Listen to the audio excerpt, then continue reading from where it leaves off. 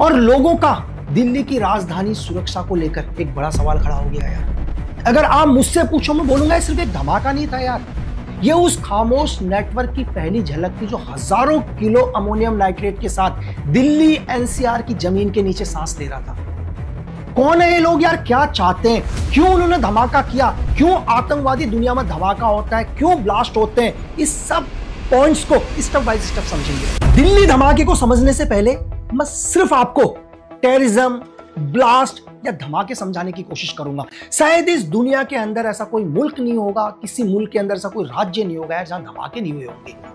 लेकिन धमाके क्यों करे जाते हैं, क्यों दहशत का माहौल फैलाया जाता है यार। देखो, आतंकवादियों तो गोलियों से भी मार सकते थे ना लोगों को, तो ब्लास्ट ही क्यों। आप सोच कर देखो कि कुछ लोग गोलियों से मरते हैं और कुछ जो आदमी धमाके के अंदर मरता है ना यार, उसकी बॉडी नहीं मिलती, उसकी बॉडी के पार्ट्स को उठाने पड़ते हैं। ये होती है दहशत।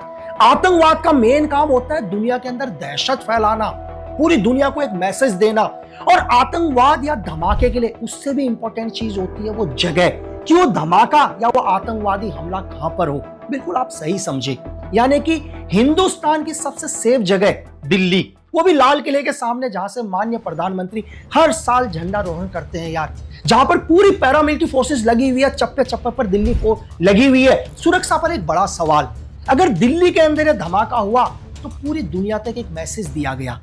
हर न्यूज चैनल की एक ही न्यूज, दिल्ली ब्लास्ट। सोचो अगर यही धमाका जम्मू कश्मीर या नॉर्थ ईस्ट में हुआ होता, जो कई बार हुए, तो शायद आतंकवादियों को इतना बड़ा मीडिया कवरेज नहीं मिलता। तो आतंकवाद का सबसे बड़ा जो मकसद होता है वो मकसद होता है दहशत फैलाना। और दहशत कैसे फैलेगी यार, जब उस आतंकवादी हमले या उसके धमाके की खबर पूरे विश्व तक फैलेगी। इसलिए मैं आपसे कहता हूं कि आतंकवादियों के लिए जगह बहुत इंपॉर्टेंट होता है। जैसे बहुत सारे टीवी चैनल बोल रहे थे कि यार नहीं, ये धमाका तो गलती से हो गया, पैनिक में हो गया, वो नहीं करना चाह रहा था। चलो मेरा आप लोगों से सवाल, अगर उमर को धमाका नहीं करना होता, उस आतंकवादी को धमाका नहीं करना होता, वो क्यों दिल्ली के अंदर एंटर हुआ। पहली चीज, वो हाईवे पकड़ के बाहर भी जा सकता था, वो देश की राजधानी के अंदर एंटर होता, और राजधानी के एंटर होने के बाद वो दिल्ली के सबसे सुरक्षित इलाका लाल किले के आसपास, जैसे मैंने आपको बताया, सारी सिक्योरिटी फोर्सेस वहां मौजूद है, वो वहां एंटर होता है और कम से कम 3 घंटे तक गाड़ी की पार्किंग में रहता है, नहीं भागता वहां से। क्यों? क्योंकि उसे पता था उसे धमाका करना है। और ये एक वो जगह, आप देखो इस जगह के बिल्कुल नजदीक में एक जैन मंदिर, थोड़ा सा आगे भगवान शिव का मंदिर, गुरुद्वारा, मस्जिद, सारे धर्मस्थल भी यहाँ पर है यार। हजारों लाखों लोगों की भीड़ इकट्ठी होती है यहाँ पर। एक ऐसी जगह को चुनना आतंकवाद के लिए जगह बहुत इंपॉर्टेंट थी। इस पूरे घटना को कैसे अंजाम दिया गया, कौन इसके पीछे थे, वो क्या चाहते थे, हम स्टेप बाय स्टेप समझेंगे। सबसे पहले क्या है कि जम्मू कश्मीर के अंदर 19 अक्टूबर को कुछ एक लोगों को अरेस्ट किया जाता है। क्यों? क्योंकि उससे एक दिन पहले पूरे JNK के अंदर जैश के पोस्टर लगाए थे, और जैश के पोस्टर में एक ही धमकी दी गई थी, सिक्योरिटी फोर्सेस और पुलिस फोर्स के ऊपर हमला करने पर। तो जम्मू कश्मीर ने 8 आदमियों को अरेस्ट किया। उनमें से 8 में से कौन थे? 2 डॉक्टर थे।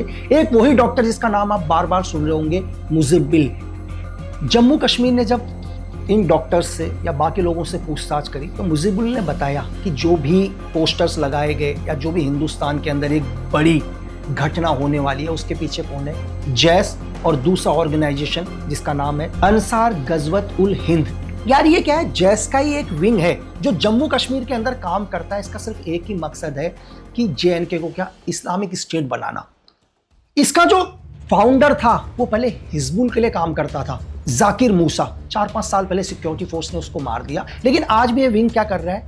जैश के अंडर में काम करता है और लोगों को इस देश के खिलाफ भड़काना, जिहाद के लिए भड़काना, देश के अंदर आतंकवादी घटनाओं करना, ये सारा का सारा क्या है? इस ऑर्गेनाइजेशन का काम। मुजिबिल के इशारे पर ही आप सबको पता है सहारनपुर से आदिल को अरेस्ट किया गया था 6 अक्टूबर को। ये भी एक डॉक्टर है यार, जैसे सेम मुजिबिल था, ये भी एक डॉक्टर है।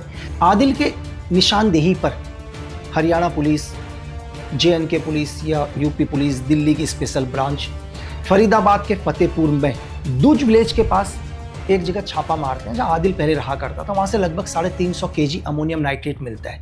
और उसी के निशानदेही पर नजदीक से एक मौलवी को अरेस्ट किया जाता है, जिसके बाद 2400 केजी अमोनियम नाइट्रेट, मतलब पूरा